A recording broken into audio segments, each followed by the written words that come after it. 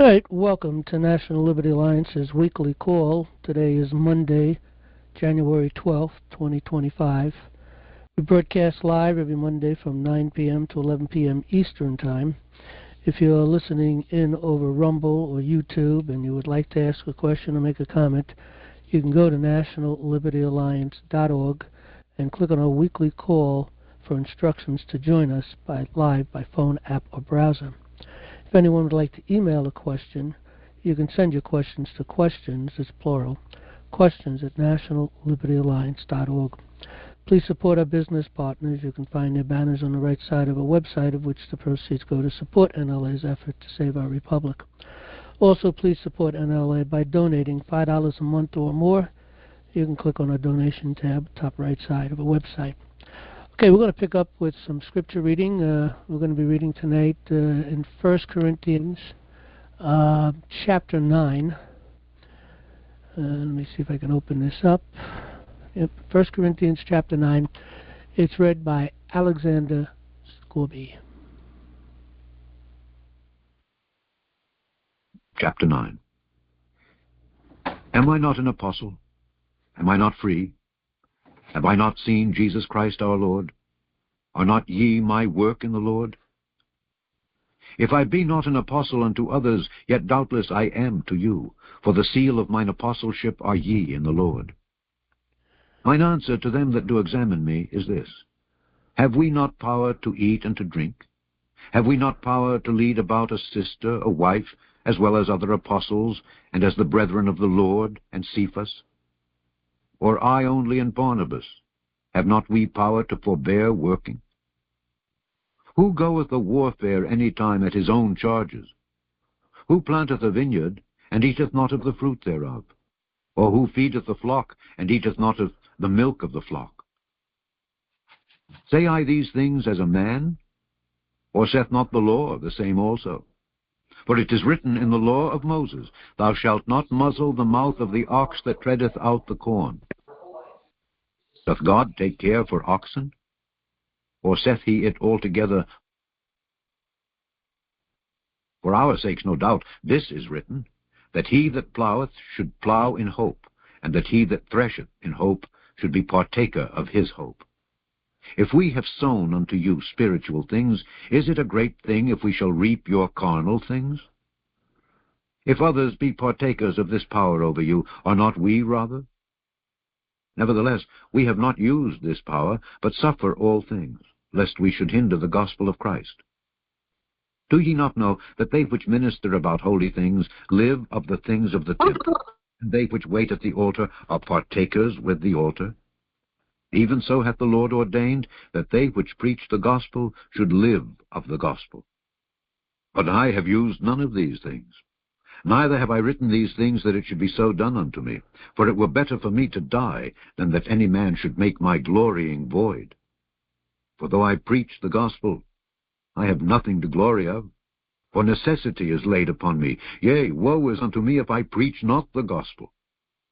For if I do this thing willingly, I have a reward. But if against my will, a dispensation of the gospel is committed unto me. What is my reward then?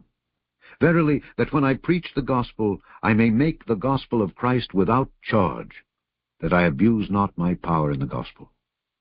For though I be free from all men, yet have I made myself servant unto all, that I might gain the more. And unto the Jews I became as a Jew, that I might gain the Jews. To them that are under the law, as under the law, that I might gain them that are under the law. To them that are without the law, as without the law, being not without law to God, but under the law to Christ, that I might gain them that are without law. To the weak became I as weak, that I might gain the weak. I am made all things to all men, that I might by all means save some. And this I do for the gospel's sake, that I might be partaker thereof with you. Know ye not that they which run in a race run all, but one receiveth the prize? So run that ye may obtain.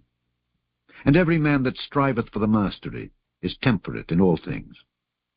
Now they do it to obtain a corruptible crown, but we and incorruptible.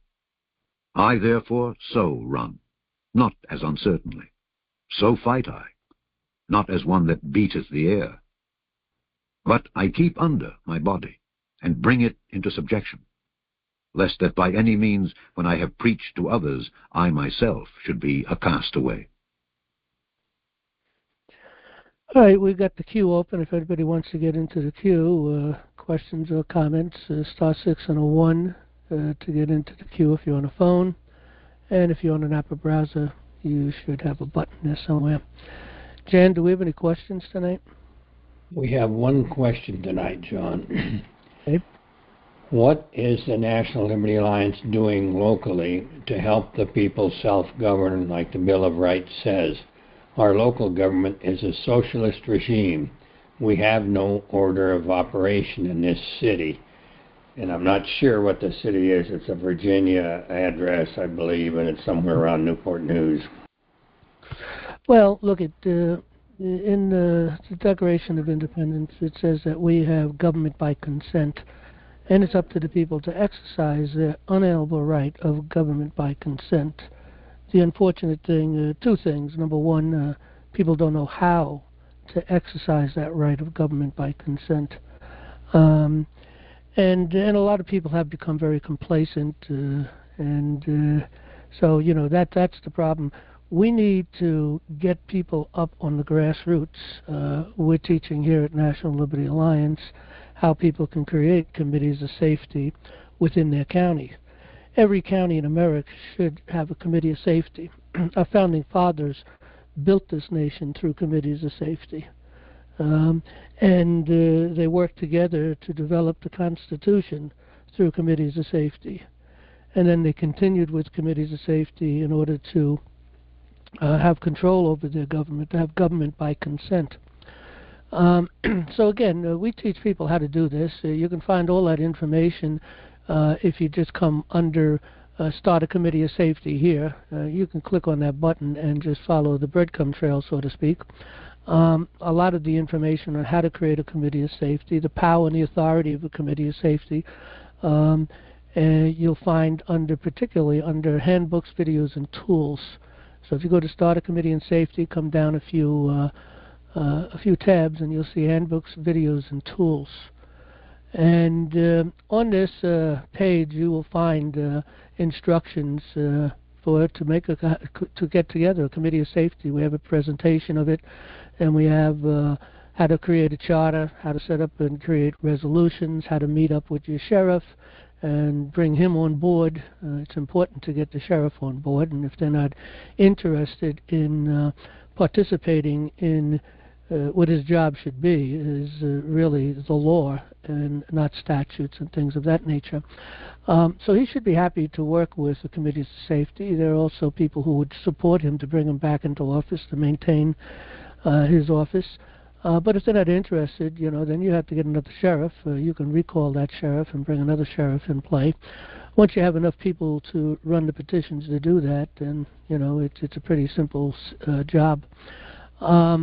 We have different committees that you need to get going. You got an educational committee, you got a political committee, particularly, but you also have a judicial committee. So all these videos here will help lay out the information on how to make a committee of safety. Committees of safety is able to control their local government. We teach people how to do that. We've written many handbooks on all of these subjects. You can find them here in Microsoft Word, and we also have them in PDFs. We have lots of PowerPoints, which you can play at a meeting and, you know, get educated in different things, and videos and a lot of just instructional PDFs and documents. So it's up to the people to exercise their right of government by consent, and they need to do this on the grassroots level. They need to be free and independent. National Liberty Alliance, our purpose really is to create a venue where people can come to learn this, and we'll assist them in every way that we can. And, you know, we've got all the tools necessary to do it, and on how you can take back, you know, the education within your counties. I know in my county we have 19 school districts. So the plan is to visit all of those school districts, to go to their board meetings and bring them back under the will of the people. We teach people how to do that also. Again, it's all in the instructions here. It's a lot of information, but when you have a lot of people working together, you know, the ideal thing is to try to get 40 or 50 people in a county. Eventually, hopefully, you'll get 100 and maybe even 200 and even more. It depends on how much time and how much effort put into the construction and the building of this committee of safety within your county. You also have to learn to work with committees of safety in other counties from the standpoint of particular election districts, for instance, that might go from one county to another county. You want to work together to bring the right person into office or to take the wrong person out of office. Also different problems that you might find that you might have the same problem that other counties have.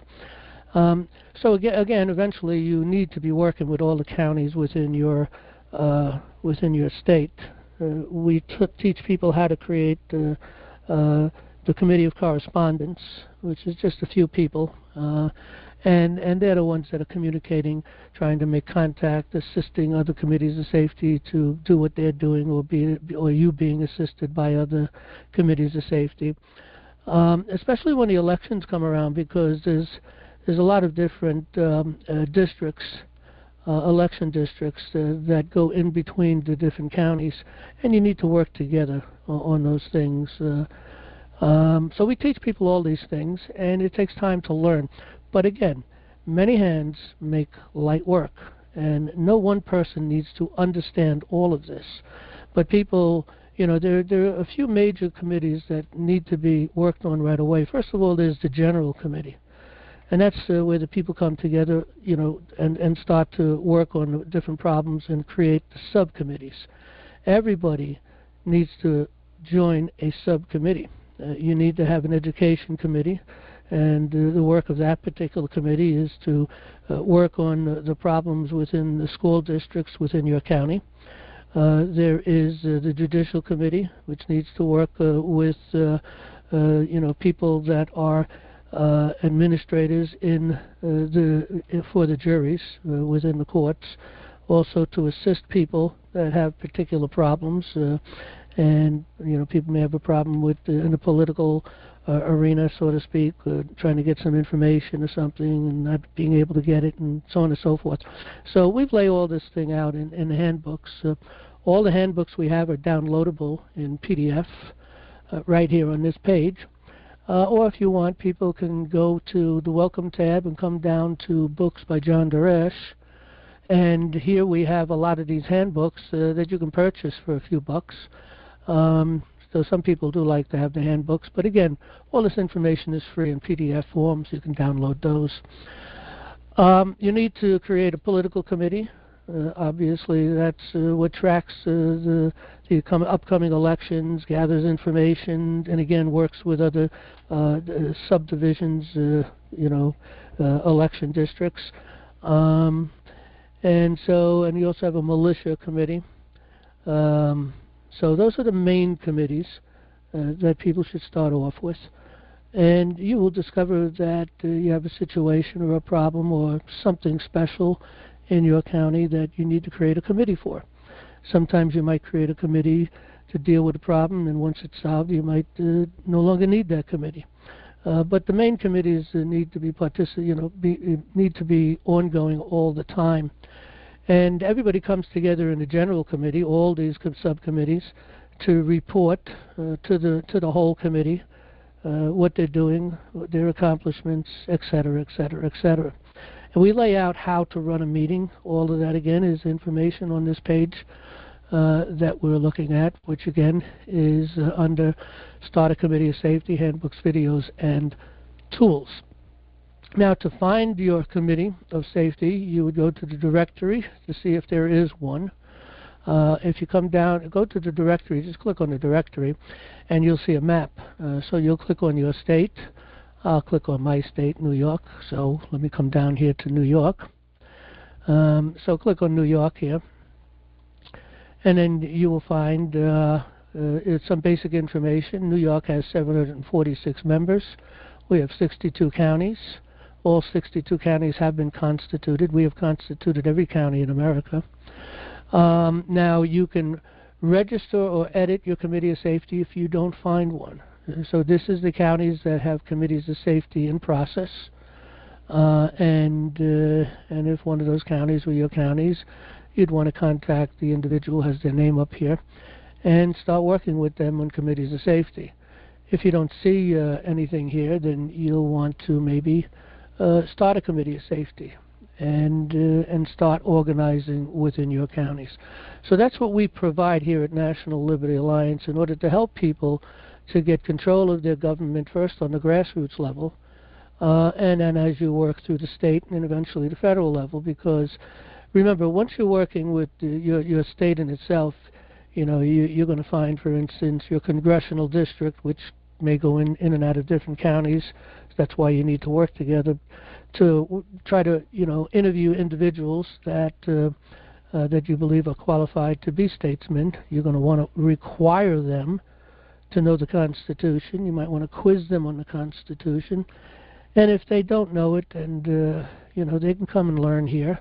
Matter of fact, you should require them to take the course here. We have a course here that they should be taking. These courses are under the Education Starts Here. And so you want these people to learn about, you know, the Constitution. So all of these courses, for instance, we have a free civics course. They should take that.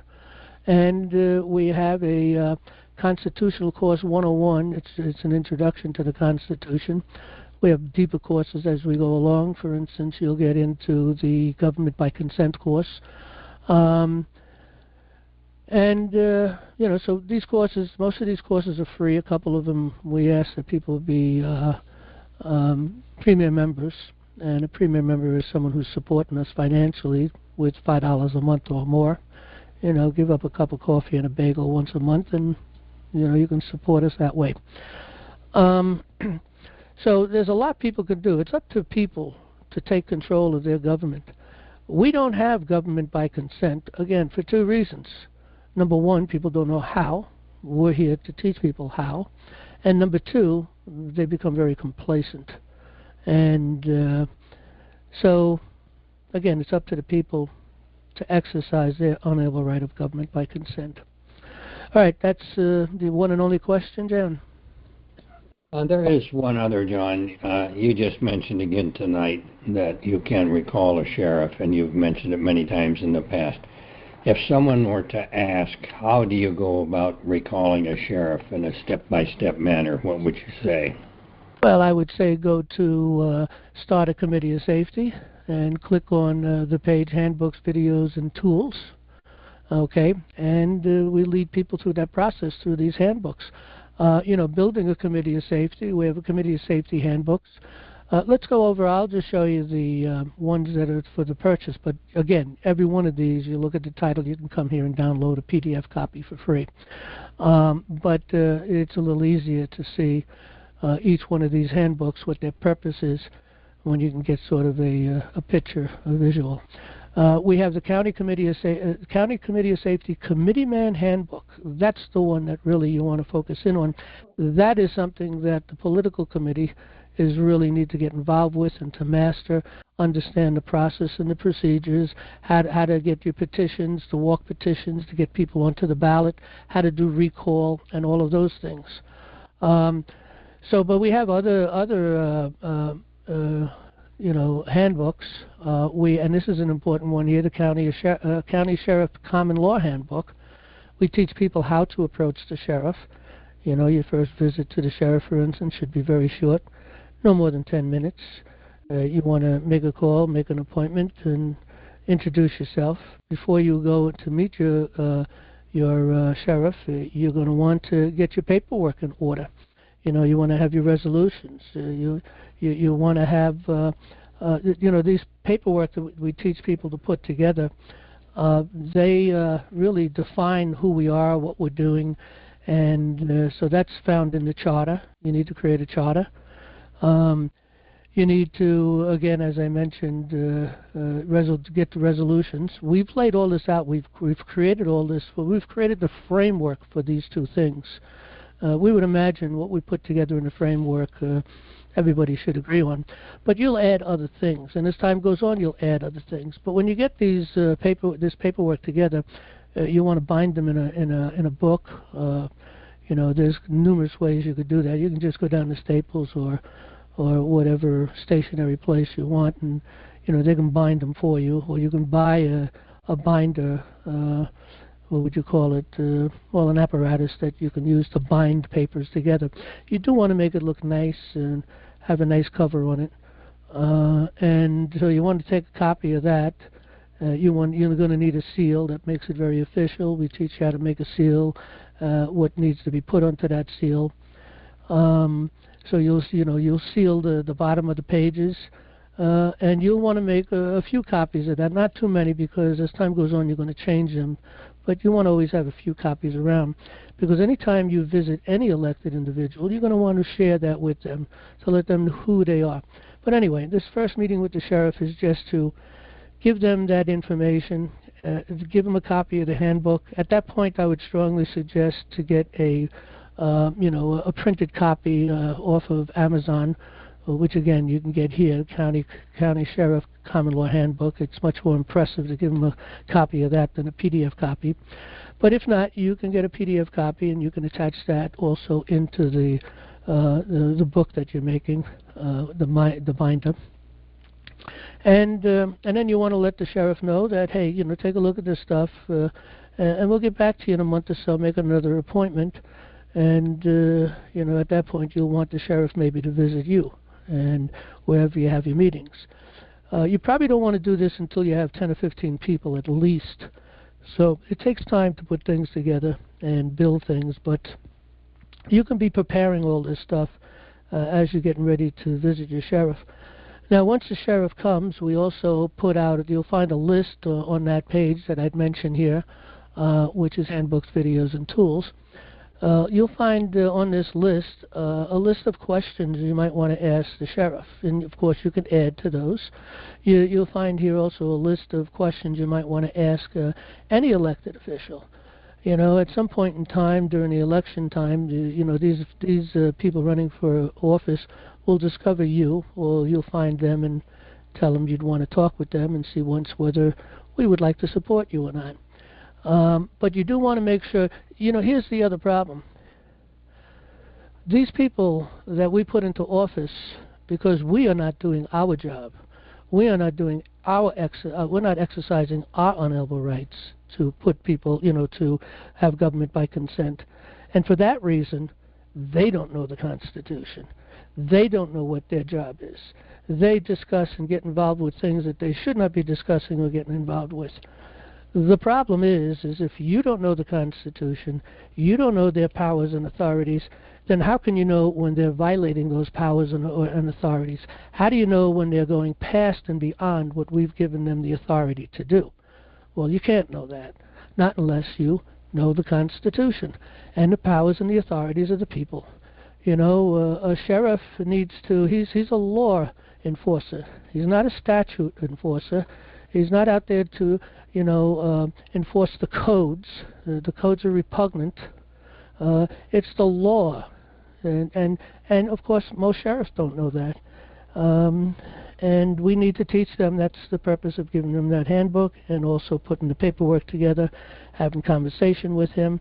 And at some point, if he's going to work with you, then you're going to want him or one of his deputies.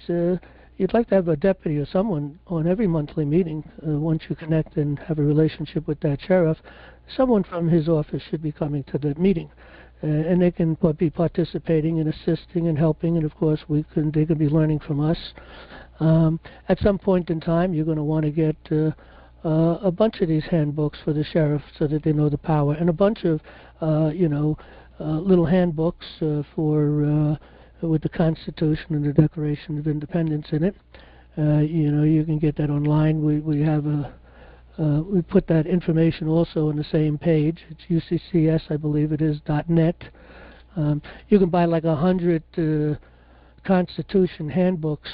Last time I bought them, I think it was like $60 for 100 of them, so they're pretty cheap. It's less than $1 a piece. It's like 60 cents a piece, as a matter of fact.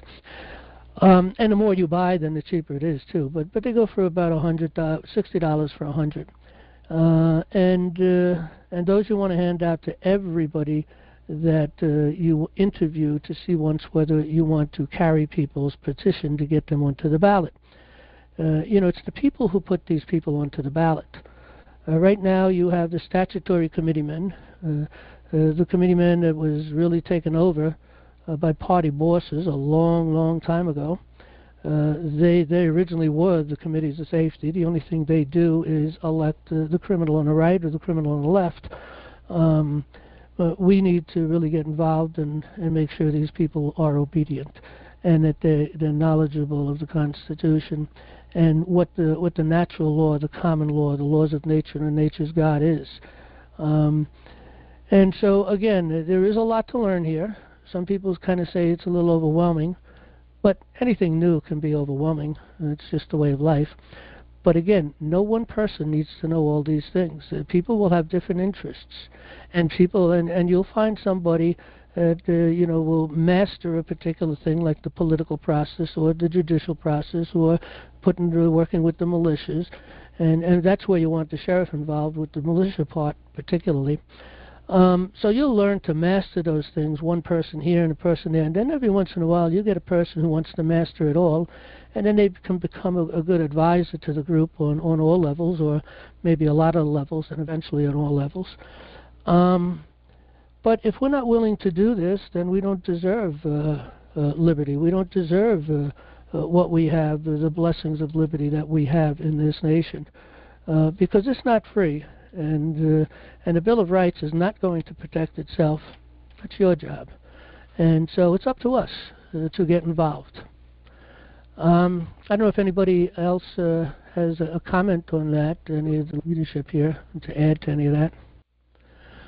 Just go ahead. You got anything else, Jan? Yes.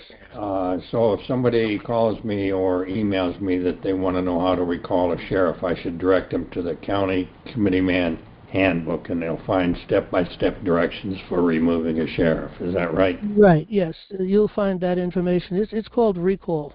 That can happen at any time, okay? When you get an individual that you believe is not doing their job, that has been elected, doesn't matter who had supported that person, there is a process to remove that person from office. It can be done in 90 days. And what has to happen is, there's information you would get from the Board of Election.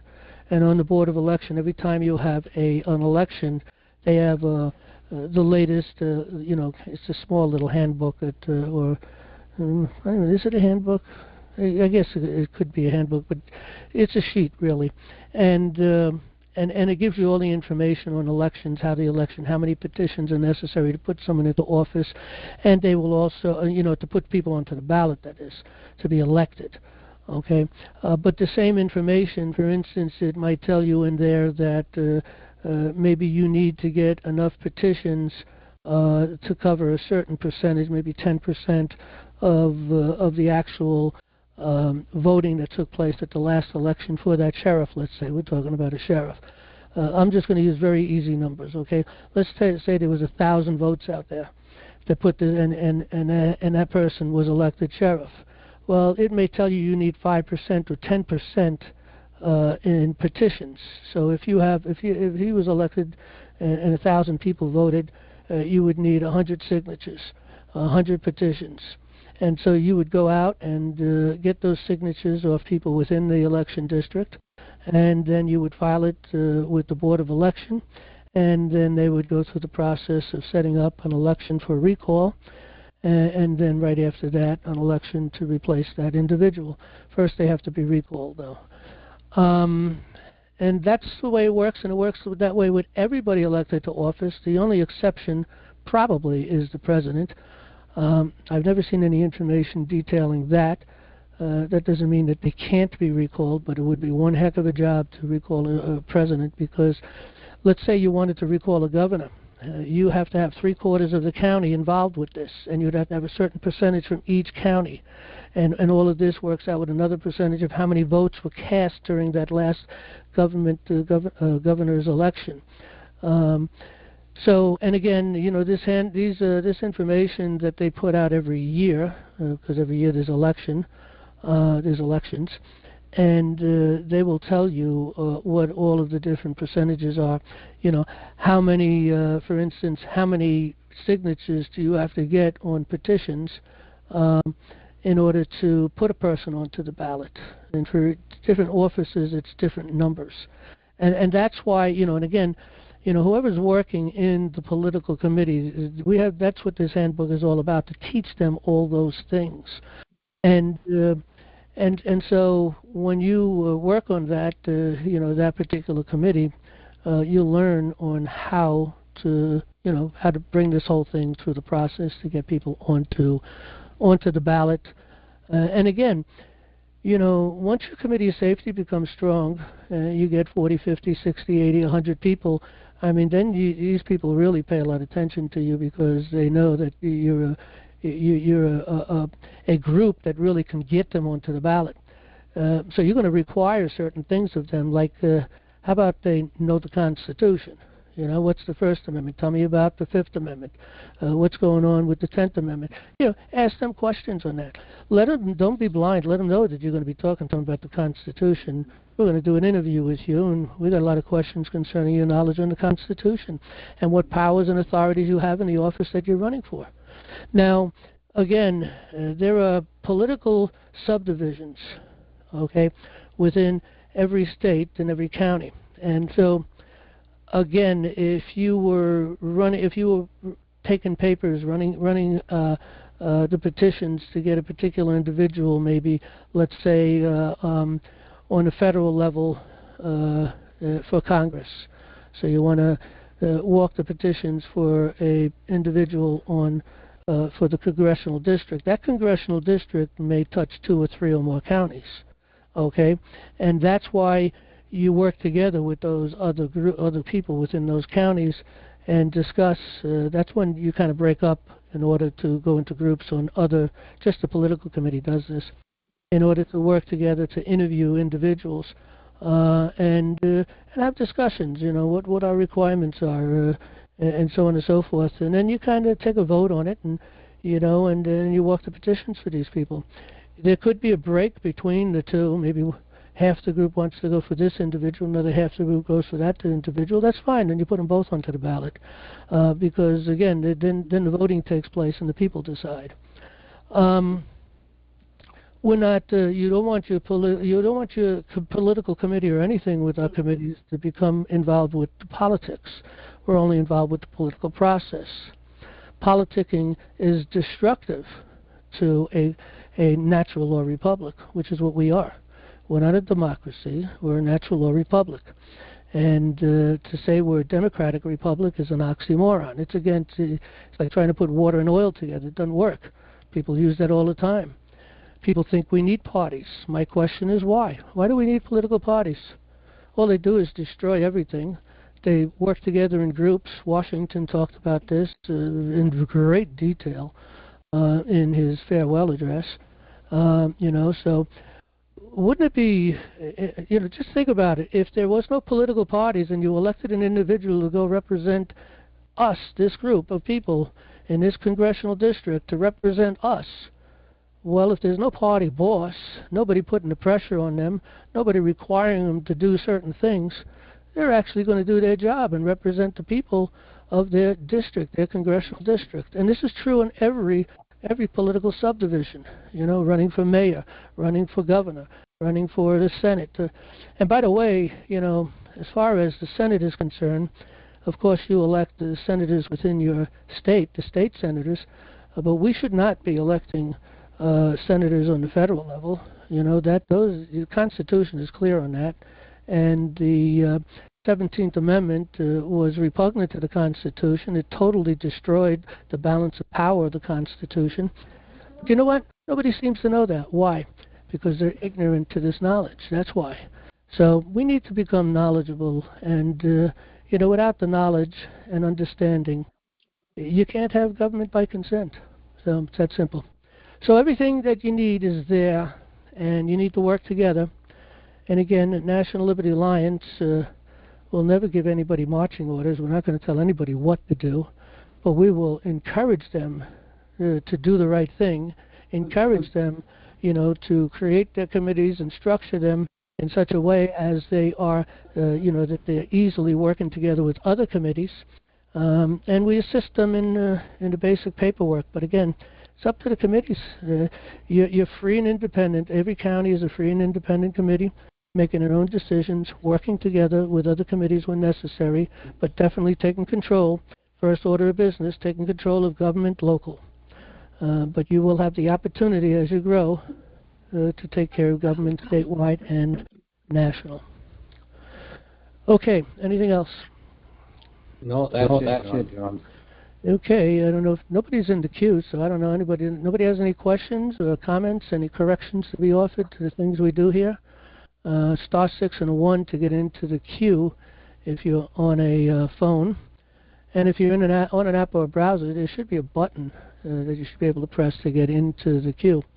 So we do have one person in there now. We'll start taking some questions. Hopefully we'll get other people. If not, maybe we'll find other things we can talk about. But before I do that, does anybody in our leadership have anything they want to add to any of these things or any comments they might want to make?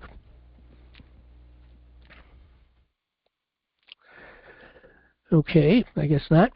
So we'll take our first person in the queue. Again, anybody else wants to get into the queue, star 6 and a 1 on a phone, and a button if you're on an app or browser. We got someone in the queue. They're labeled as anonymous, so maybe you can give us your first name and your state. You got the mic. Go right ahead, anonymous. Yeah, hi, John. How you doing? I'm okay. I recognize your voice, but give the name and first name and your state. Sorry, the phone has a life of its own. When I was looking for lawyers over the situation I'm in right now, I was talking to one of them about, people trying to talk to me about what's going on here because it's a little bit visual here. I haven't done anything to really make the house nicer, that kind of thing. It's just hard to build on fraud. So, he said, if you give us a retainer, we'll protect you. So that's the subject so if I'm learning how to practice this law, I consider my house a crime scene. I consider it evidence, and I'm not, I don't want to have to explain that to anybody, and I don't have a lot of neighbors, so I'm not really worried about that. But how am I? I have the authorization to just say this is my, the house is under observation right now, and these are, people are not really doing that much out here, but some people get nosy, and I'm not even telling my neighbors what's going on. They have no idea. And I don't really talk to them. In fact, one of them is one of the potential defendants. So I don't know, how do you look at that? If you're the common law lawyer, you're protecting your own home. I'm under, maybe, yeah. Go ahead, please. Yeah, when you say observation, what do you mean? You're under observation? Who's observing? Well, I never really moved into the house. I have a lot of stuff under tarps outside. I've lost furniture. I knew this place was going to fall apart, and it is. And so what I'm saying is that it is it's evidence. This house is evidence of a crime, and that's why I'm doing this. So and if I had a lawyer under the, if I was back in mentally in the Perry Mason days, which is where most of us have sadly hung out, like my sister used to say, oh, the lawyers will take care of it, and that's the way people think. Yeah, but I don't have. Go ahead, please. Yeah, they'll take care of it for an arm and a leg, and yeah, and they don't really care if they win or not because they're going to get paid either way. That's right. The thing, and more often than not, they really don't put in the time that especially with the money. No. But go ahead, finish your Well, but normally, in another world of fantasy, I would say, well, would you like to call my lawyer? I mean, if it got to something like that, or, but I don't. I'm the one. I mean, I'm still in gestation. I mean, it's not all. I'm working on what you told me to do, and I'm getting the framework down before I ask a lot of specific questions. But people will say, well, you can call my lawyer if you want, and that doesn't work. That doesn't exist. Mm-hmm. So, I guess it is under observation. There's so many things that are wrong with this house, and I'm the one that's been, I'm actually the main investigator, and I've had a few inspectors out here who followed through, but the other ones did not. And so their lack of disclosure is a big part of this. But I just, people are used to thinking one way, and that way doesn't really happen, So I don't have to talk to them at all. I can just, there's nobody even coming around. But it's just that the way people think when they have a lawyer, they think, oh, good, I don't have to do anything because my lawyer will take care of it, And so when you tell somebody you have a lawyer, a lot of times they'll back off and not ask questions. Yeah, sometimes. But, look, a couple of things. Everyone should know the law. They should understand due process. Mm-hmm. They should understand how the court system works. Right. It takes a while to really learn a lot of this stuff. Well, we have a 90-hour course. You can find, let's just look on our front page. Well, I'm in it. Yeah, I'm in it. Yeah, well, for other people who are listening, so that they sure, absolutely. And maybe there's new information that you might want to know. But we have a comprehensive. You can read about it right here. We have a comprehensive 90-hour law course on civil procedure. Now, in order to go, well, let's just work about civil procedure because that's what we teach. Okay, there's constitutional law. There's different. There's contract law. We're not teaching those things. We're just teaching civil procedure. Now, civil procedure from the common law perspective. Okay. And if you went to a law school, it's a 5-credit course to go through that process. It's 50 to 60 hours. Now, I was just recently looking up, and Jan had sent some correction to me concerning, some bad information that I had, so it's corrected now. But each credit costs $2,600. So 5 credits will run. Let me just run the numbers. I think it was I think it was $13,000, something like that. But let me see. You got 5 credits times $2,600. That's approximately the cost of each credit.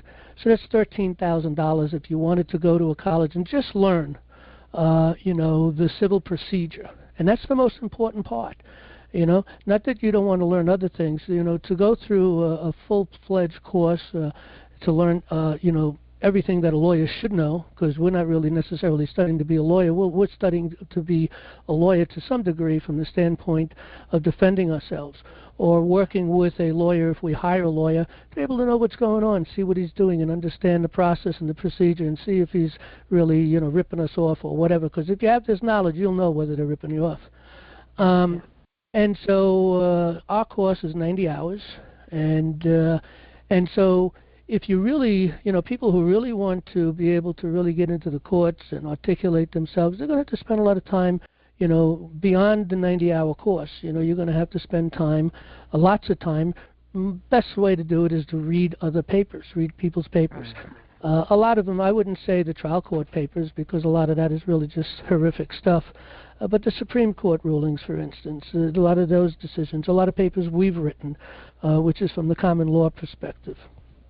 And that'll teach you a lot of being able to articulate yourself, able to write better, and be able to bring your position out. But again, everybody really, this is something that should be taught in school. Every child should know the civil procedure. And just for a quick introduction to that, if you go under Education Starts Here, this link will bring you there too, but you can find court access in the common law court right here. Okay, and if you click on that, it gives you the information to really get into the course. And the first 3 hours for free, you can watch it right on this page just to see, get a little flavor of the course and how it runs. But basically, and that lays out what the introduction to the course. It starts the whole process. But once you join this course, 2 other tabs will open up to you, okay? And that's court access to recorded videos, 90-hour course, video course. And then, of course, there's a court access table of contents, and that's the key. And this is what we teach in this course. And again, this is due process. This is the civil procedure, how the courts work, okay? How to write papers, how to put it together, okay? Now, as far as the Constitution, you should know the Constitution. We do talk a lot about natural law here in the Constitution because we tie it all together in the rules of common law, for instance. We also talk about the rules of the court that they have. We talk at least that on the federal level, just so you get a little bit of an understanding. But a lot of that is repugnant to the Constitution, and we here at National Liberty Alliance are working on that to try to fix that problem. It's a really big uphill problem. But anyway, our introduction covers quite a bit. We have the essentials. We have the pleadings, this is really involved on how to write papers and put them together. The causes of action, every case has to have a cause of action. You need to understand what a cause of action is and what's involved in different causes of action. And if we don't have that cause of action listed in because there's lots of causes of action, okay, and we've got a lot of them, all the main ones, we've got them. But you might find a situation that's not listed there. If you go up to your search engine and you ask for cause of action for this particular kind of a situation, this particular tort, let's say, or whatever, you will find a listing. Maybe you have to make 3 points to support that cause of action, or 4 points to support that cause of action. So again, this is what we teach here on this. We also have, we have so much on the Constitution on this website, but we also have, for instance, a free course. Let's see, we have a free foundation study, which everyone should take. Okay, we have a free Constitutional Course 101, which everyone should take. We have a free civics course, which everyone should take. Okay. And then we have a few other courses, which again, we have government by consent, free militia. We have a free militia course, but we have government by consent. We have a jury administrator accredited course. Those courses, we ask people to be premier members. Again, as I said, to support us financially, keep the lights on here. That's $5 a month or more, and that's $60 a year, so it's not a big deal. We have defenses. There's the affirmative defense or an affirmative defense, or different defenses. We have how to run motions, the different motions that are available. We have all the forms for that. Memorandums of law. You can write your own memorandums of law, but we've written lots of memorandums of law to support a particular position in law. We have a lot of information on the rules of the court. So John, may I just interrupt you for a second? Sure. I don't want to interrupt you, but I guess I had my question was kind of stupid, wasn't it? Because no, I'm trying to get it was a good question. I just want to. But I think what you're saying is, if I just keep going, if the situation comes up, that the king of the court is going to give me the words I need to handle any situation. I think that's probably what you're trying to say. True. Yeah, the king of the court being Jesus Christ, of course. Yeah, that's right. But the thing is, you have to look at ignorance will get you nowhere. You have to have knowledge of whatever you're involved with. We're people, and we have unalienable rights, and our heritage is in the law, okay, and our inheritance is liberty. So if we don't know the law, okay, we really don't know how much liberty we have or how to defend it, okay, and that is the main purpose of this course. And but the bottom line, I just wanted to give a little bit of a recap and then try to relate to what you're talking about. But anyway, we have also we have a Petit jury handbook. You get a copy of that. You can get that also under the Starter Committee of Safety. You should be able to find that in this area also here under handbooks, videos, and tools. How to appeal a case. Talk about extraordinary writs. We give some case examples. And we also talk about the county sheriff, the jury administrators, and NLA's county committees of safety. There's certain books that people should read, okay, because all this is going to give you so much information. It's going to empower you so much. You're going to understand so much. And now, once you get through, and we also have some online resources that we found and put up here, and we also have forms for traffic court and teach people the beginning of the how to use Microsoft Word, at least the stuff that you really need to use and need. The PowerPoint is an important thing if you do get into the point where you're running your own case and you're before a jury and you want to make your points. PowerPoints are very powerful because it's visual. It's and also they hear at the same time, and it puts a nice structure together for them to really kind of digest that whatever information you're giving them. So now, going through this course and going through all these courses and taking your time, depending on what you really want to accomplish. If you really want to become a lawyer, I mean, in the sense that to take care of your own business totally yourself, well, this is where you have to know all this stuff. Have to be familiar with all this stuff. Certain things you have to absolutely know pretty well, and then you have to be able to write and articulate your case. That takes a lot of time. But if you don't go that far, and you do have to deal with a lawyer, now you're going to want. Yeah, now I don't want a lawyer unless he's common law, and they don't exist. You're not going to find that right now. No. But anyway, the thing I'm trying to say is this. If the lawyer is going to take up your case, well, then you want to sit down and talk with them and make sure they understand what your thinking and position is of the case, and you'll have conversation about that. And when they write the paper before they hand it into the court, I want to see that. I want to read through that, and I want to participate in that. You see, if you should be able to have at least the ability from going through this course to work it at that point from that perspective, okay? But again, people come and ask questions, and we can give them answers. And if they haven't taken the course, sometimes it's hard for them to digest and really deal with the information that we're giving them. And so, again, you never know when you're going to find yourself in court, maybe defending yourself, or maybe where you have to sue somebody. So you should know these. Thank you. I appreciate that. I just wondered, I mean, I think I'm kind of going ahead too much, probably projecting. But, yeah, there's nobody out here. I mean, New York and Arizona are really, this is the Wild West out here, It's like that everywhere. We read a paper that we're going to be sending to the president from the perspective of the Unified United States Common Law Grand Jury concerning the law.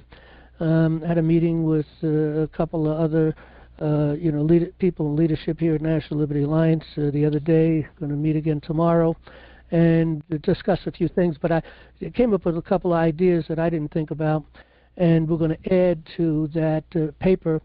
I was thinking of adding to the paper certain things, and someone came up with some ideas concerning the Rules Enabling Act that I kind of missed, and so I want to incorporate that in here. And once I get that paper together, we'll probably read the entire paper again. We did read the paper about 3 weeks ago that we were going to send in, but I haven't sent it in yet. But I want to add to that, and the whole purpose of that paper is really to educate the president and his administration, because we'll send it to his entire administration, his entire cabinet, So to educate them on what they don't know, what they think they know, but they don't know, because they think we're under Roman law. We're not under Roman law, okay? We're under God's law. They call common law trial court decisions. So they will say that's common law. That's what they teach, okay? And recently, I've been digging a little deeper and seeing some things that I didn't really see before that really are some powerful positions that we can bring up. And there's this paperwork to give them the contrast between who they think we are and how they robbed us of who we were and who we should be in contrast to that. So that's a paper we're going to be working on. And I think by next Monday I'll have that done and be able to maybe read that paper at the next Monday night meeting. I think I can get it done by then. Well, thank you. And I just want to say, John, that I'm old enough to know what it's like to know something really well. Like I have a whole profession that I know a whole lot about, and it's very difficult when someone, not difficult, but there's a like a gap where someone comes in who's new and I can't impart to them what I know because there's so many things they have to find out for themselves, and so that, I can appreciate what you're saying. It must be frustrating sometimes because you can't just give it to us. We have to go in and ask to receive it, so but thank you. Yeah, there's, people are getting put in jail out here over, the jails out here are some of the worst in the country, it's reportedly. And it's just, so I'm a little bit on edge about that, but nothing's happening because I'm, God's protecting me. I just have to ask these questions that I don't know what else to do but ask. So thank you very much. And I'm in it, I'm going through it. So I appreciate you so much. All right, well, I appreciate the call. By the way, there's nobody else still in the queue, so if anyone gets into the queue, star 6 and a 1. If you're on a phone and app or browser, should be a button. I see someone came in. Oh, all right, good. Thanks. What's you're Elizabeth, right? Yes. Yeah. Okay. And thank you, dear. State? I forget the state. Were you Texas? Oh, Arizona. It's Arizona. It should be called the Blind Eye State. Mm-hmm. It should be. I mean, poor Arizona, right? Anyway, yes, thank you. Yeah, well, look, I'm in New York, and we got problems. California's got problems. Ohio's got problems. Michigan's got big problems. But I think a lot of us have, a lot of the states that have liberal leadership, Democratic leadership particularly, a lot of those states all have probably the same problems that Michigan has, and I think that's starting to unfold now. So. And with all the tension, people get threatened, and then all this stuff starts up, and so I think we have to wait for the right time to do these things. But in the meantime, I'm just doing everything I can. Well, again, people need to get educated, and they need to get the proper information, and that's the other thing we want to approach the president on, and that is to get a proper education for our children. Look at. Our children need to know civics. They need to know the Constitution. They need to know how to take care of their own legal business. They should at least know how to work through due process and deal with the court and write papers and defend themselves. They should at least know that. And we're talking knowing that by the time they get out of high school. You're going to send children to school for 12 years. They should know those things as much as anything else. They should know. American history. All these things don't seem to be taught, and a lot of it is just twisted. And there's a lot of great books out there. We've listed those books on our course that people should be reading. But we're looking to do is to convince because the president can do this. The president can require and work with Congress and require a proper education.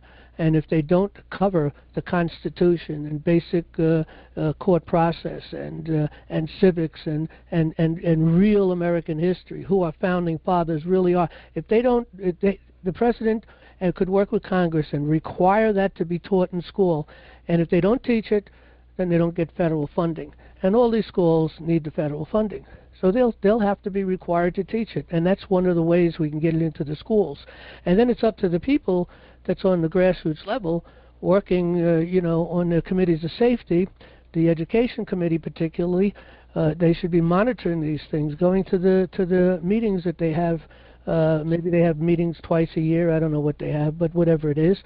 And finding out what's going on with their curriculum at all levels of education, and then making sure that these things are being taught to our children. Because right now our children are being demoralized, they're being taught things that are not true. They're being taught that they're not sure what their sex is. It's a really serious problem out there. And the people need to fix this problem. Because, the president and his cabinet can only do so much. He can give us our nation back, because that's what I do believe he's doing, and I do believe he's going to accomplish that goal. The question is, can you keep that? That was the question that was asked. I've heard Benjamin Franklin was asked by somebody, what is it we have? And he says, we have a republic if you can keep it. And what did he mean by that? He means you have to be involved. If the people are not involved, you can't keep that natural law republic. You can't have it. It's not for you to have. So if people want it, they got to know it. Okay, we're going to move to the next call. Thank you. Thanks very much. You want us to make a final statement or anything? No, just to say that we're in an age of infiltration, and everything is subject to that until I'm one right there too, until I really grasp the fact that God is in control here. And and I have to trust that whatever's going on, God, it's in God's hands. And so, even the committees of safety, we would really have to have we'd have to be grown up because these people come in and they'll be your friend for 20 years, and they're not our friend at all, So it's like, and it just goes back to, okay, what am I doing? And, am I doing my best and trying to live an honest life so that it's harder for people to lie to me? So anyway, but it's just really interesting time, and that's all I have. But thanks a lot, John. Yeah. Appreciate it. Let me move to the next caller, but before we do that, let me just make a note here. We just became active on X. So anybody that's out on X, we request that maybe you follow us at National Liberty Alliance, and if you repost things, we've been posting a lot of videos on X, and I'm trying to be very selective. And sometimes, of course, I post a couple of paragraphs or something or whatever. And one of the ways that we grow to get more people, more followers, more attention is that when someone maybe sees our post, they like it and they repost us. So we need people who believe in what we're doing and would follow us on X and start reposting a lot of the things we're posting, and definitely click on the button to follow us so that you get whatever it is that we're posting here. And that'll help us to get more membership, more following. And the key thing is we're growing kind of slow recently. I remember in the beginning when we only had maybe a dozen members. Right now we have almost 12,000 members, but we're running slow. We're not getting as many people coming in as we were. We got 11,864 members. We need critical mass to be successful, okay? And the only way we're going to get critical mass, obviously, is to get a lot of people to start seeing what we're doing, paying attention, get involved, and start working with committees of safety. So we need to get out to the masses. So we need all the help we can by getting us noted and help us get that following on X, x.com. The other thing is, if anybody has any connection to any podcaster, or they can make a communication with them and tell them about us and pass them information. Maybe they'll contact Jan at nationallibertyalliance.org and eventually connect with me, so maybe we can be interviewed. We need to get this word out more. We're not getting it out as much as we could. So we need help to get on to maybe radio stations or to get into an interview through a podcaster or whatever the case may be. And of course, also on X. So, okay, let's take our next caller. Jeff, you got the mic. What state you from, Jeff? Pennsylvania, John. Jeff from Pennsylvania, okay. I hope I can be articulate enough tonight to make myself understood. A few months ago, we spoke about a situation where I was in the hospital in critical condition, and without my knowledge and without any due process, my home was tax sold by the county. And it was actually one of the most horrible situations I've ever known in my life. To have to recover from such a serious illness as I was, being 3 months in the hospital and now having home health care and having to deal with the loss of a home, was it just about, I can't even tell you, it's definitely impeded my my restoration to health. There's no getting around it, but I wanted to give you an update if I could, because God certainly is involved in the affairs of men, and he is in mine, certainly, because what happened is that I had filed objections to this tax sale. They took it into the courts, and I filed a motion for a hearing. The county did not want a hearing. They just wanted me to sit here and wait for an eviction notice so that the investors could take my home. And I could not allow that to happen. Now, they responded to my paperwork with a bunch of, essentially, they submitted documents to prove to the court that they had observed their part in due process, because statutory due process in Pennsylvania is different from any other state. Here they have what is called an upset tax sale, not just a tax sale. And the county or the political subdivision has to abide by their own rules or the state rules in order to steal a home, or it can't go through. So what these people did was they submitted fraudulent documents into the court with forged signatures. They had a document stating that they had essentially posted my property and a signature. And when we checked the longitude and latitude that they had written down on the document, it was for a property 2 miles away. And we also found the evidence that they had lifted the signature of a public official and put it on this document and then submitted that into the court to commit fraud. And I was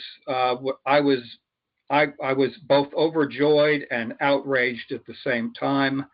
I notified the court immediately that fraud on the court was being perpetrated. I had to, under, I believe it's 18 U.S.C. 4, misprison of felony. I brought out all the evidence to show that it was a fraudulent document, that they had done this, and the county attorney then submitted a document into the court to withdraw the tax sale, to put everything back the way it was before. And I haven't heard any, and this goes back to December the 2nd, 2025. Haven't heard anything back since from the court about this. It's a very serious matter when the government defrauds a citizen, when the government does something to harm an individual, an American, a citizen, a national, whatever you want to call us, who are born and raised on this soil. It's extremely serious when the government tries to defraud and steal a home from somebody. And at this point, I contacted the Security Exchange Commission in Washington. I put on the court filing with the county a carbon copy to President Trump, to Pam Bondi, to Kash Patel, and also the State Attorney General. I got back a letter from the State Attorney General stating that they weren't going to get involved with this, that they want me to go to the district attorney and file criminal charges with the district attorney, who is an employee of Berks County, who is responsible for not just trying to steal my property and committing fraud on the court, but probably many other properties as well. Let me just ask you a quick question. When you talk about fraud on the court, where did you get this information from? Did you get that from us, or did you find it yourself? Do you have a lawyer? Because I don't remember. No, I don't have a lawyer. I'm alone in this. Because fraud on the court, I believe that fraud on the court can only be applied upon an officer of the court. A lawyer is an officer of the court. Yes, the lawyer submitted these fraudulent documents with forged signatures. Into the court. Into the court, yes. Okay, that I believe constitutes fraud on the court. Okay, now look at, I can give you some information, but I don't know that. Did you take our course? I have an older computer with Windows 7, and I had all kinds of problems to take the course, and I sort of gave up because it's an older computer. I was using Windows 7, and I'm on Windows 10 right now, but I was on 7, and I was able to do it. So it might have been just something fluky with the computer. Maybe maybe it needs to be cleaned out, maybe That's different true. things need to be done. I don't know. But it is imperative that you learn these things somewhere if you're going to take care of your own business. And Yes. and just for anybody who does take the course, the key thing is to go through the course from the top to the bottom, and don't stop. I mean, it depends on how much time you can put in a day or a week. But you just take the course from the beginning to the end. You go through. Don't take any notes, nothing. Because we have all the notes you need right on the same page. So let me just give you an example by opening this thing up. And the education starts here, court access in the common law, and the table of contents. Okay, as you're taking the course, everything that we're going to be talking about, you're going to find in all these documents and information. Of course, we add information on this, but the key thing is to get through the course so that you have a big picture. And then you go back and you listen again, and that's when you take notes. But when you can take notes as you're pursuing on, as long as you pause the video and take your notes and then unpause it. The problem a lot of time happens is people take notes, and as they're taking notes, they're missing things that are important, that maybe gives you the balance or the whole, the big picture of the process or whatever. So that's why I suggest strongly just to listen and view and go through the course first. Now, Okay. I think I don't know whether we did this or not, but if I haven't done this, I'm looking down on the bottom. Usually everything we do in video, we post in audios, and I didn't post.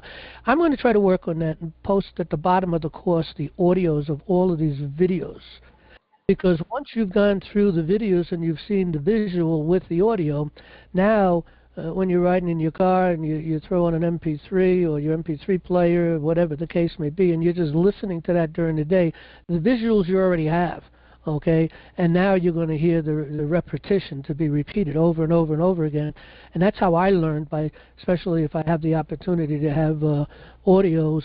I'll listen to them over and over. I listen to the Bible that way, or constantly. I'll take a book and I'll listen to that book, whatever book it may be, one of the Gospels or one of the letters or an Old Testament book. And I'll listen to that over and over and over and over again for a period of time, and then I'll go to another book.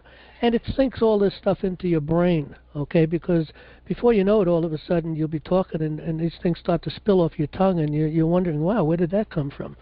It's like anything else in the world anyway, when we were children growing up, you didn't have to struggle to figure out how to talk. You just did it. Because you were just surrounded by voices and sounds and words, and you picked up, mine, that's probably one of the first words a lot of kids work, mine. But, or no, or but in any event, okay, learning shouldn't be a struggle, okay? It's something that you can receive sort of through osmosis, so to speak, and, you get it, okay? We have liberties through that process.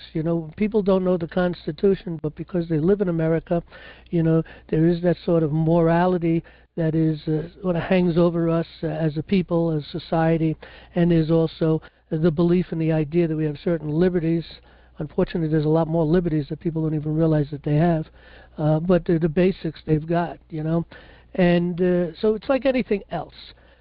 So once you do that, that is a big thing. Now, going into a court to defend, you're going to have a lot of problems if you don't understand how it works, and if you haven't really worked this out. So you may want to get a lawyer. I hate to tell people to get lawyers, but we are kind of stuck in that a little bit. But I'll tell you what. I do believe if you brought your case to a lawyer, they'll love to take this case, because there's more than just dealing with this problem, getting your home back. You're talking a lot of money here. You should be restored to all of the pain and suffering that you've gone through.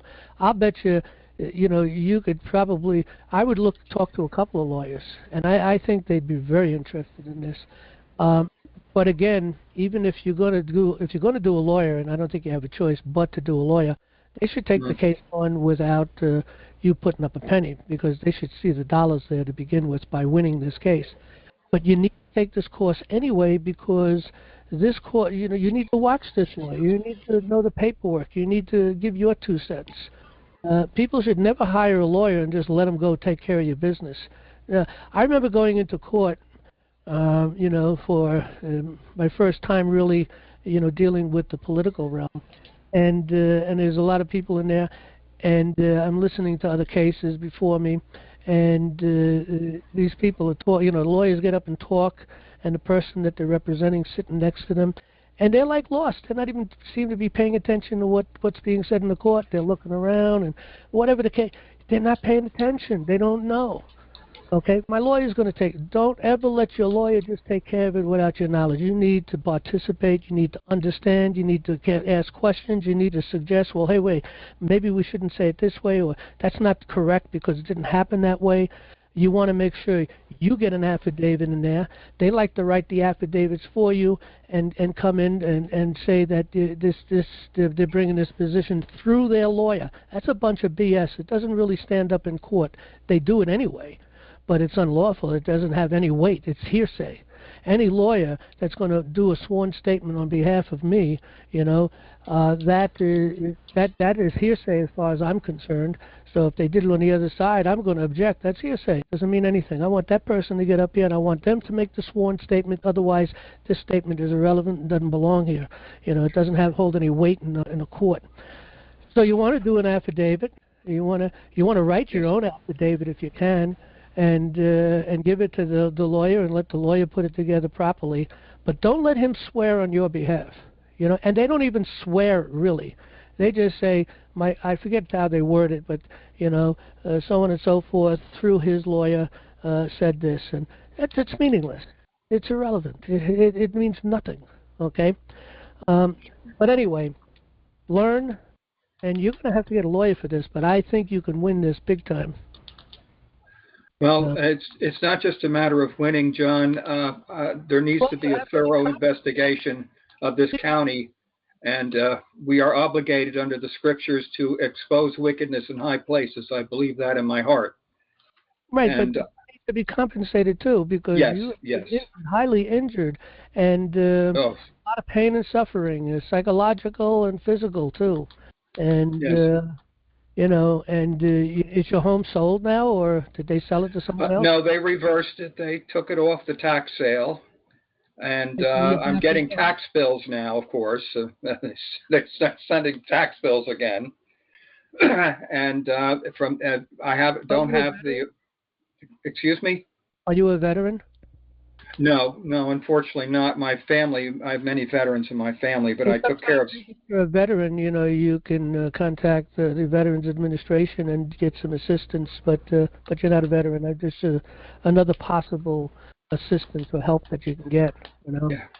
I tried getting hold of Robert Barnes. He's a pretty well-known constitutional lawyer, but he's not answering, and I notified... Travis and Mitch Vexler, I don't know if you've heard of them. They do a program on YouTube about the property tax issues.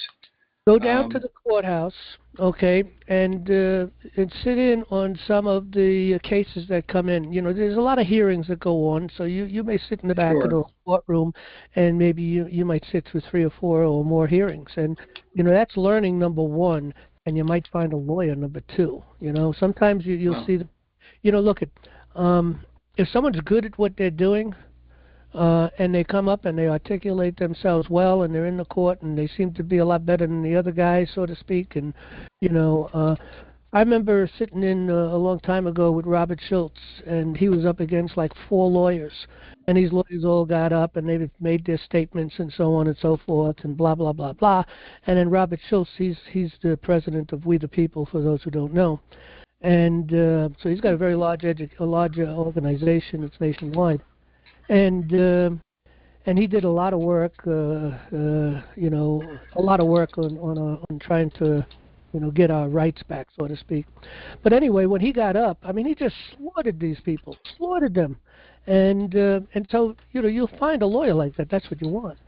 Even though he slaughtered these people, he won that case hand down, no doubt, every single one of them. He destroyed all 4 of those lawyers. He made a beautiful case, and then he still lost. Why? Because the judge was there with the status quo. He's not a lawyer, and there's 4 lawyers coming up representing the other side, and of course he's going up against the status quo. The government. This is what it was all about. And so he lost it, and that's a problem. And this is the problem we're up against. But you have a case that's not necessarily status quo. You have a case where these individuals could be tried, tried criminally speaking. But you do want to pursue the civil side of things, and you do want to get the restitution. Yes. And the other thing is if it's a little difficult with tax foreclosures than it is for mortgage foreclosures, because mortgage foreclosures, if you're a real pain in the neck to these people and make your arguments and show up for the case every time they have a hearing and stuff, and keep bringing up the Constitution and different positions that support your case, you can go for many, many years before they actually get your house. With the tax foreclosures, not so much. They move very quickly on that. Yes. Now, are you in a position where you can't pay the taxes at this point because of your situation? I could only pay a portion of them. I could not pay all of them, no. And the other issue is I'm still very much disabled. I'm on oxygen, and I need a walker to get around on. I'm sort of housebound for the time being till muscles can rejuvenate and I can. Well, can you get out in a wheelchair and drive or no? Not yet, no. Can you get out in a wheelchair and someone drive you? Yes, that I can do. Well, do you know anybody who will spend a little time with you to take you to the court to sit down and listen to cases going on so that you can find a lawyer? Because the best way to find a lawyer is to hear a lawyer talk. Yeah, that's true. Now, it is true. Look, these are bar attorneys. You can't trust them, in my opinion. You know, that joke out there, how can you tell if a lawyer's lying? Their lips are moving. I mean, there's a lot of truth to that, let me tell you.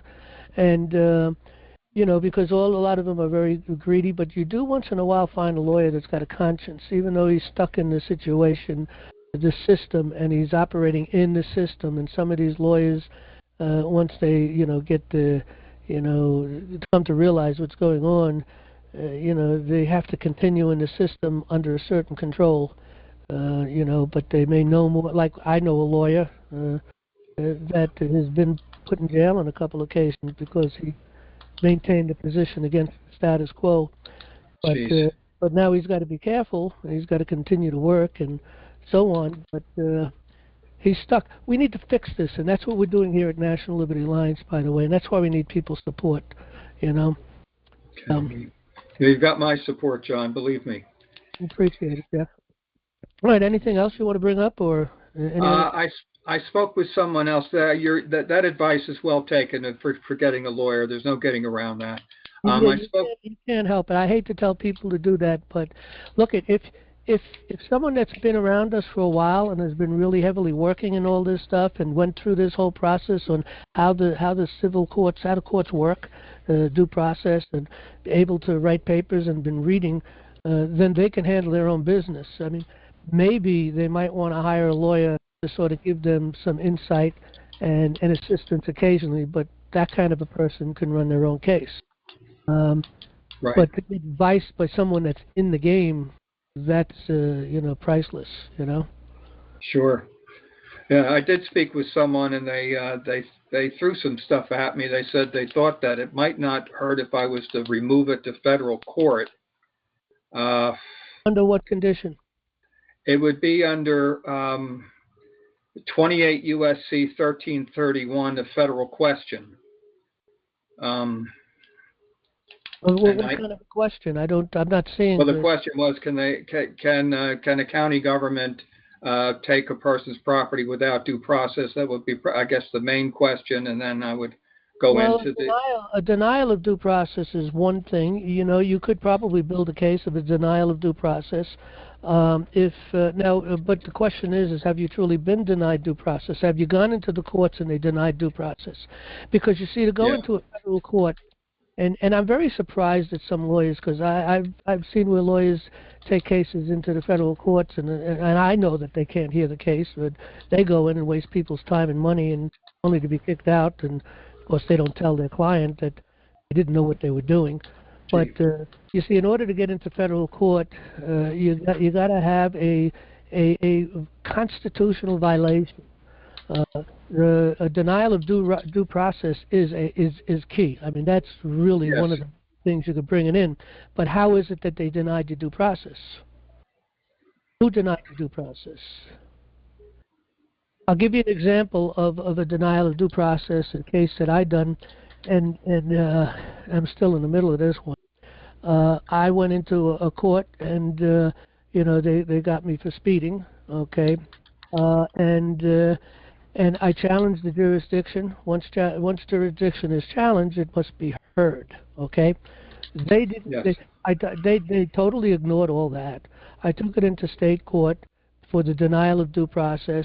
Okay, and even while I was in state court, they still pursued me. They threatened me with putting me in jail.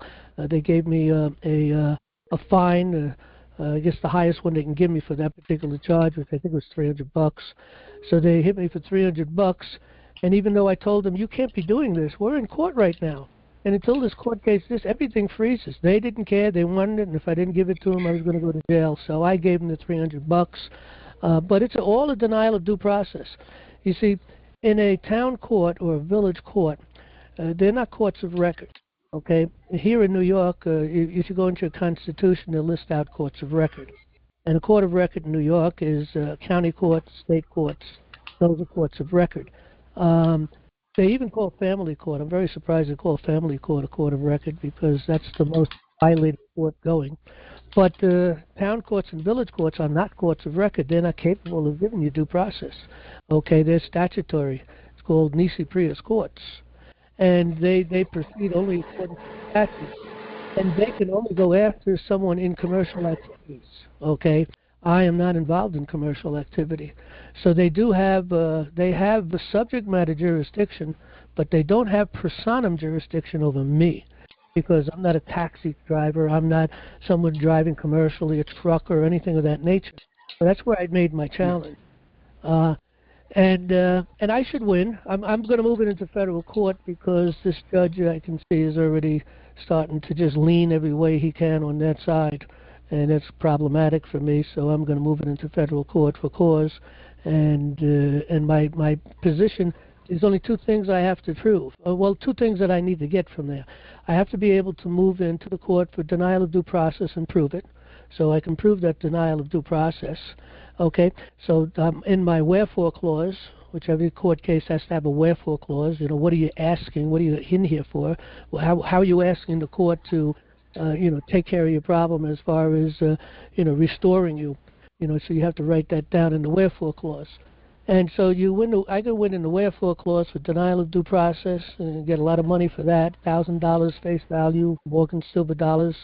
I mean, $1,000 right now is, I believe, an ounce of silver is going for, $80 now?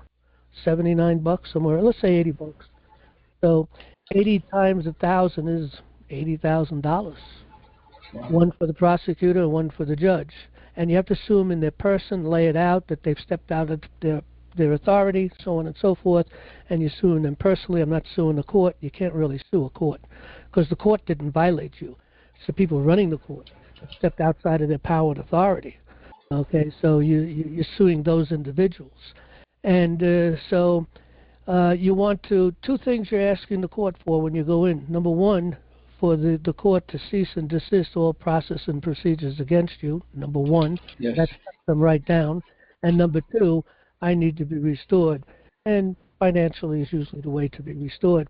Now, when I first put this together, let me think, silver was going for like $20 an ounce, okay? But recently, silver's gone to the roof. It's up to like $80 an ounce. So it was $20,000, now it's $80,000 for every $1,000 in Morgan silver dollar face value coins. So that's what I look for. So you have to be able to show that you've been denied due process. And if you could do that, and you'd have to talk to your lawyer about that. And again, I hate referring people to lawyers, but you have no choice. Yeah. Okay. But they shouldn't charge you a penny. They should not charge you a penny. Because you got a case. When you bring all your information together when you go to talk to a lawyer, all the evidence you have, do your affidavit as best you can. It doesn't even have to be done in affidavit form, but it's your story on a piece of paper in as much detail as you can put.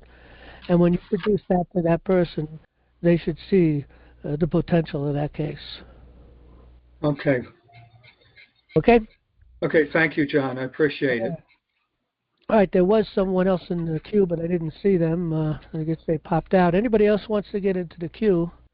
Star 6 and 1 if you're on a phone, and there should be a button there to enter the queue if you're on an app or a browser. I don't know. There's nobody in the queue right now, Jeff. If you want to talk a little more, if you got anything else. Geez, the whole thing has sort of worn me out, and All right, well, I could talk about something else if nobody's going to get into that queue. All right, it was a good talk, Jeff. Appreciate the call. Thanks. Okay. Thanks. Okay. Anybody up there that has any other comments to put up there? Terry, Ed, Jan, anything? Add into that? Short quiz. Yep. What's the difference between the 9th and the 10th Amendment? This quiz is directed at you because I really don't want to direct it at all our people listening. Mm-hmm. But what's the difference between the 9th and the 10th Amendments? Well, let's read the 9th and the 10th Amendment. That's a good idea. The 9th Amendment says the enumeration of the Constitution of certain rights shall not be construed to deny or disparage others retained by the people, which means, in these 10 amendments that we have, as far as our unalienable rights are concerned, the first 10 amendments, we have a lot more rights than what's listed here. The right to travel, for instance, so we got lots of rights. And that's what this point is making on the 9th Amendment. On the 10th Amendment, the powers not delegated to the United States by the Constitution, nor forbidden by it to the states, are reserved to the states respectively or to the people. So anything we don't cover here in this Constitution for the federal government, the United States, okay, then that is referred back to the states and sometimes to the people. If it's identifying ultimately with unalienable right, of course, it's to the people. It could be something else to the states. So you need to go into your state constitution, and if you look into your state constitution, you will read, things that are not necessarily in the federal, and they've given themselves certain authorities or powers. The people actually, of course, did that, but really a lot of times they've put a lot of stuff in there. And the 9th is about rights, yep. Mm-hmm. And the 10th is about powers. What's the difference in those two things? Well, when you talk about powers, it depends. We don't have powers per se. We have unalienable rights. We have authority. Okay. We give. I beg to differ. We give them. We give the government the powers we wanted them to have.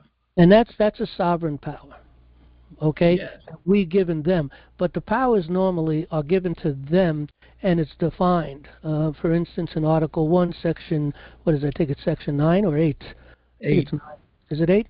Okay, well, yeah. Anyway, in Section 8 of Article 1, we've given the Congress 18 powers. The 18th power is to make law for the other 17 powers, and that's all the powers they have.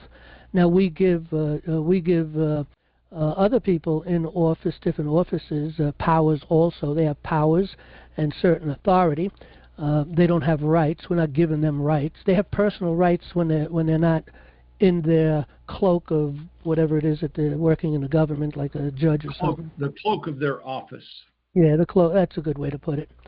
So we give them powers, okay, but we don't give them rights. I know you and I discussed the other day. We were talking about the Rules Enabling Act, and you brought up a point. I was looking into that today, and I was gathering some more information. I don't know if you know that this thing has been written up 3 different times for the Rules Enabling Act.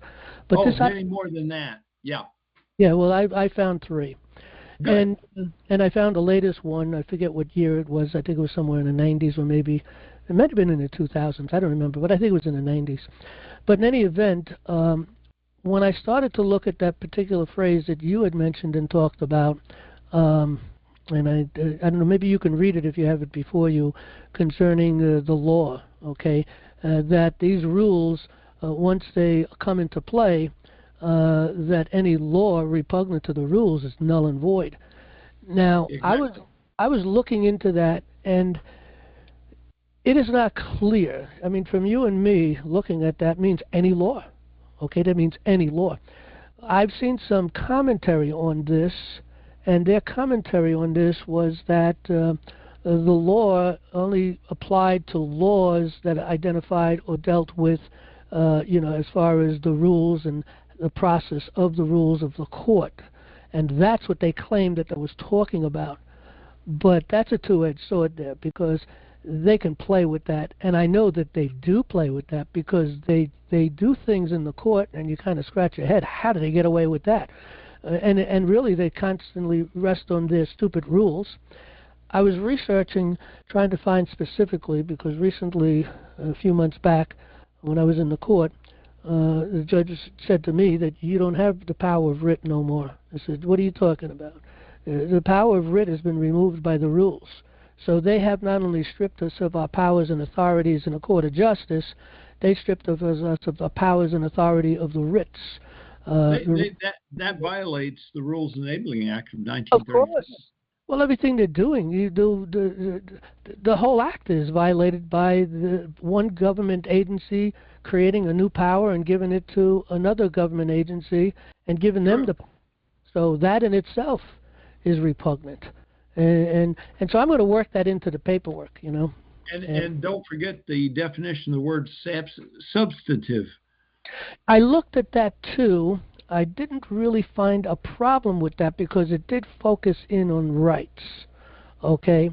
I don't have my notes with me, so I don't remember what that was. That's okay. Mine are out in the back of the car. I have to go out and get them if you want me to read Well, we'll be that. talking tomorrow anyway, so. Yeah. Okay. And we'll talk more about that. Maybe I'll bring some notes I've got, and talk a little more about that. But I got a lot more research to do on that. I'm very, very excited about it, because I got some new twists to it.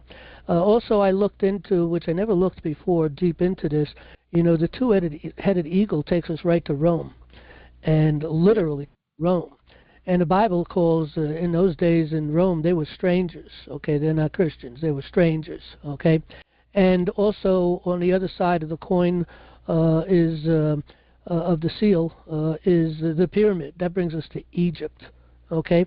And if you go in just into the eagle itself, you go into the Bible and you discover that the eagle is an unclean bird. It identifies ultimately with Satan, and it identifies with the unbelievers.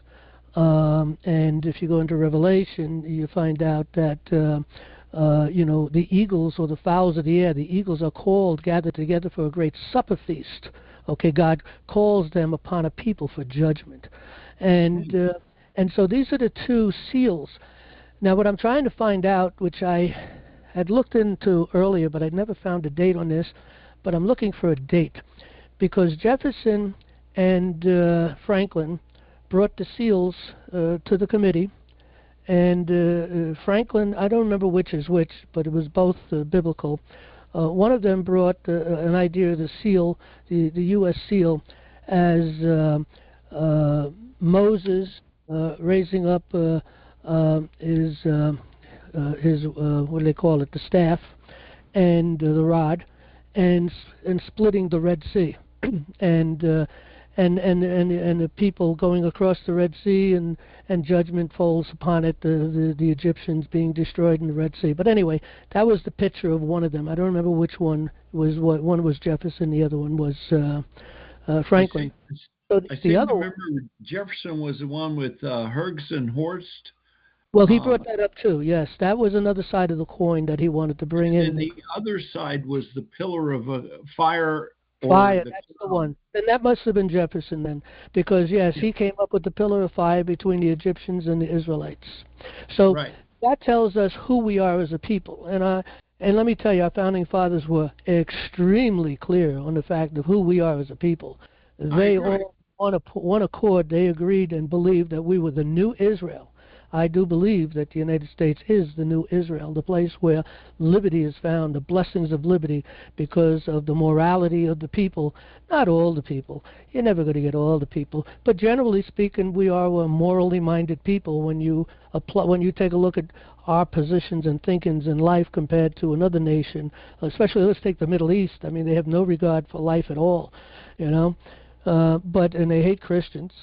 They'll kill us, so some of these places. And anyway, but the thing is that you have these two seals, and this is what was brought up to the committee.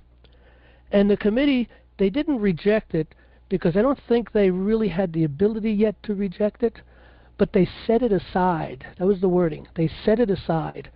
And then at some point in time, that's when the eagle came into play in the pyramid, okay, the two-headed eagle.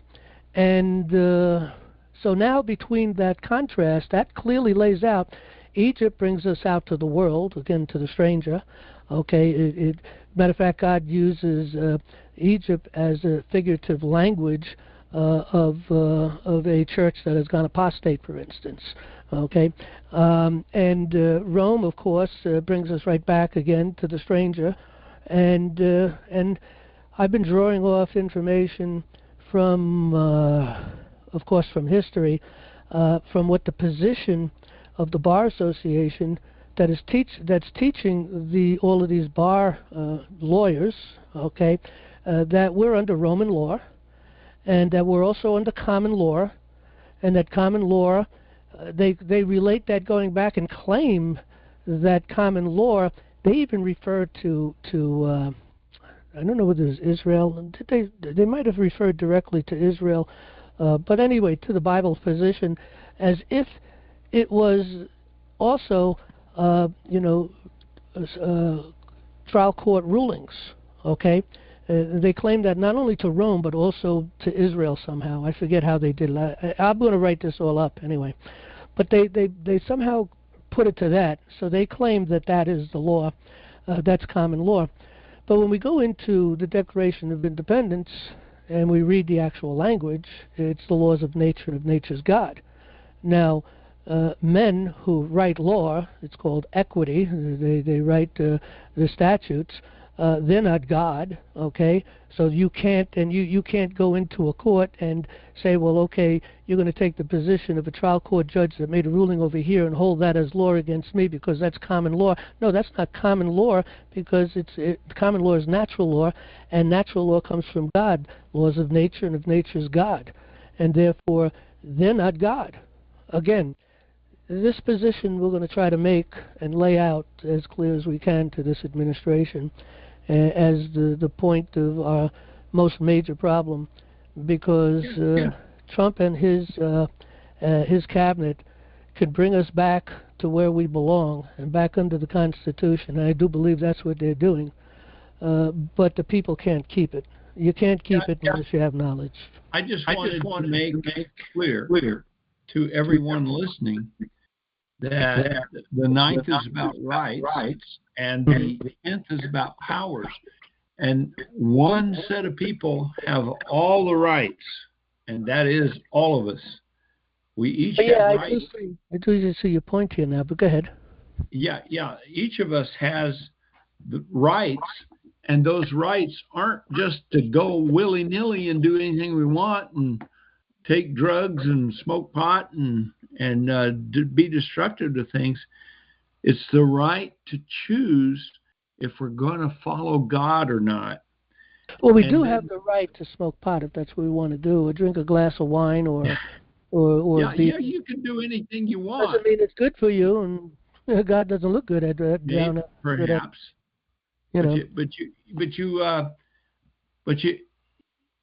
We have all the rights, regardless of whether they're in the Constitution or not.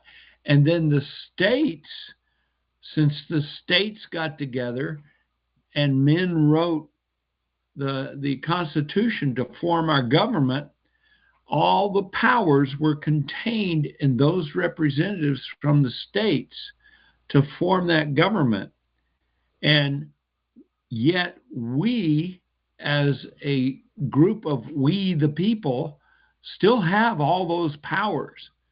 And people forget that together as we the people, as blocks of people, we can go against the government and talk about what we should do or where we should go or what the government should do. We should be asserting our rights and our powers. Okay, that's it. I do see clearly your point here, because it is the Amendment 9, of course, definitely is focused in on the rights of the people. And I'm looking, it doesn't say anything about the state or the government.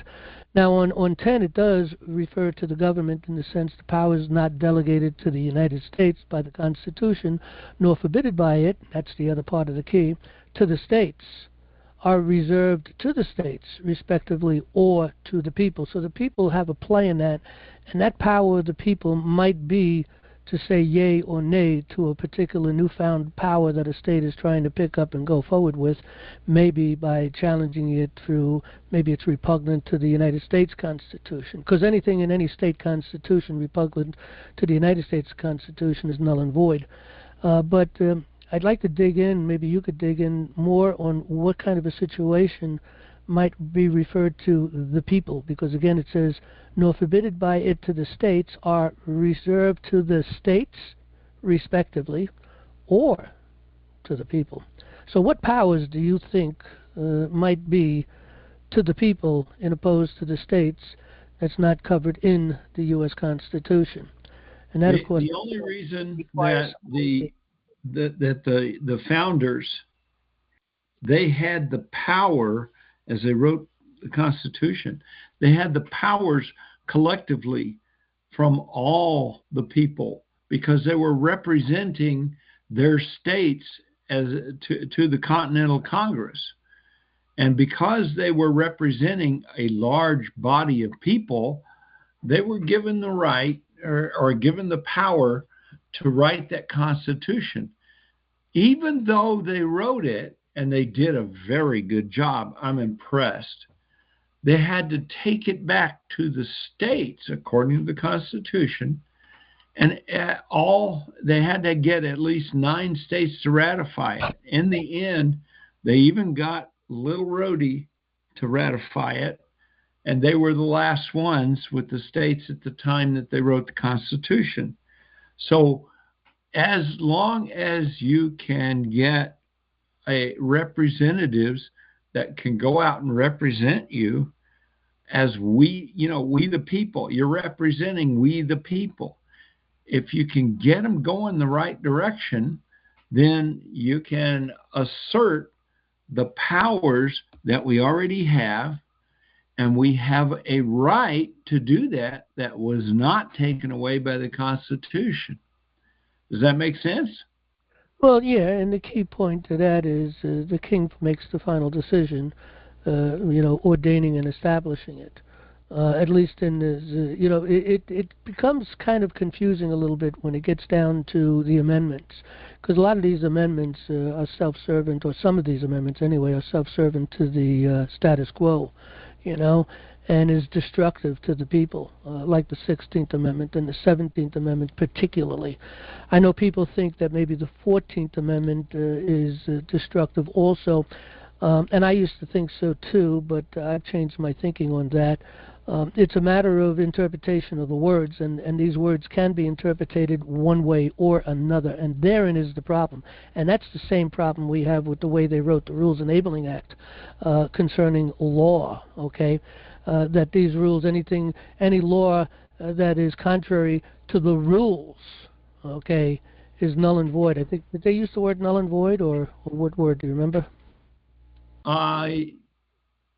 Yeah, I think so. I don't remember. Yeah, but it's something like that anyway. On the screen. Yeah, that's something. But the thing is that, when I look at that, I can see the abuse.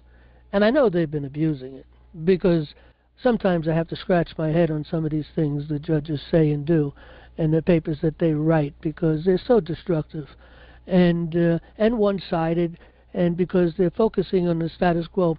Every time they write a paper, they will quote all the words of an unsworn to statement by the lawyers on the other side, But my sworn statements never seem to be able to get into the decision-making of the judge, nor does it have seem to have any clout in that particular court.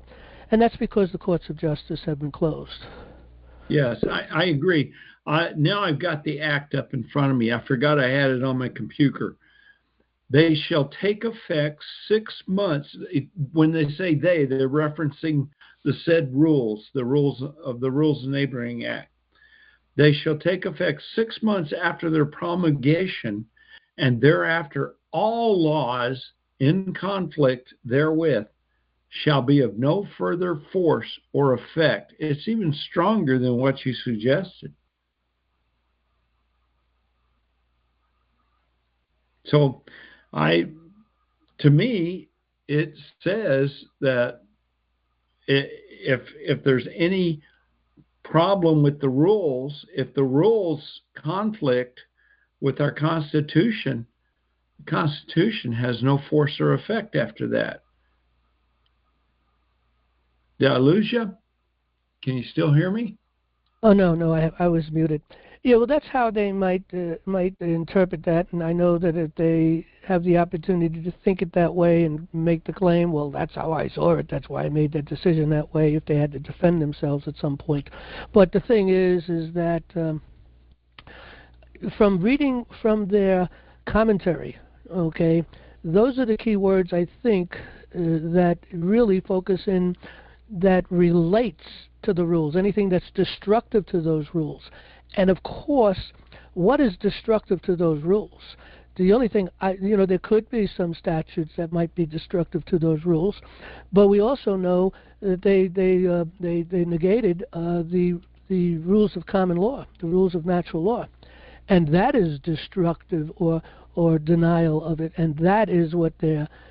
I think that's what their real focus is, and that's where their denial is.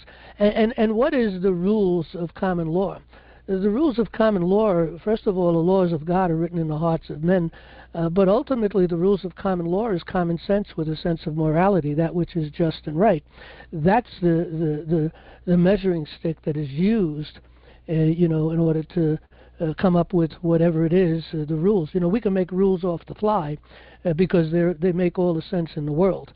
And because they make all the sense in the world, you can say, well, that doesn't work with these rules, so you're out. So from that standpoint, it's problematic.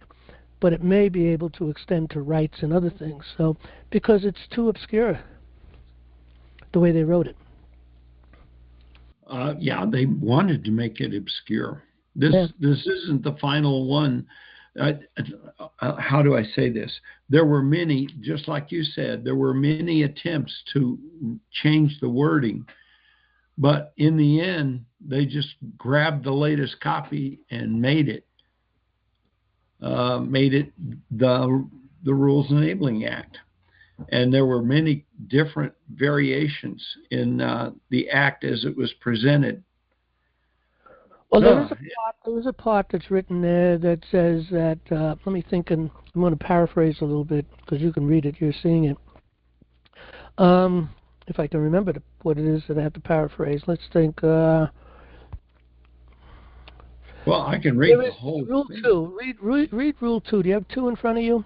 Because it's not Rule 2. It's not Rule 2. But Rule 2 Section echoes. 2. It's Section 2.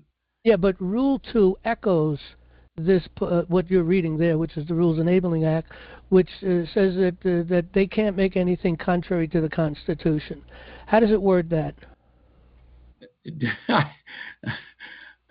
doesn't say that. It says something like that.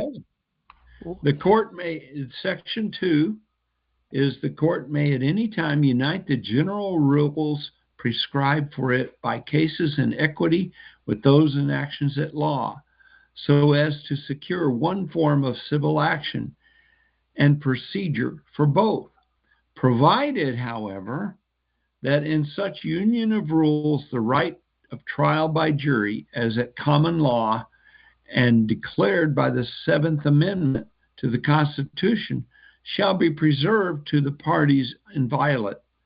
Such united rules shall not take effect until they shall have been reported to Congress by the Attorney General at the beginning of a regular session thereof, and until after the close of such session.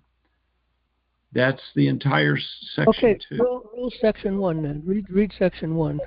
Read section 1, okay.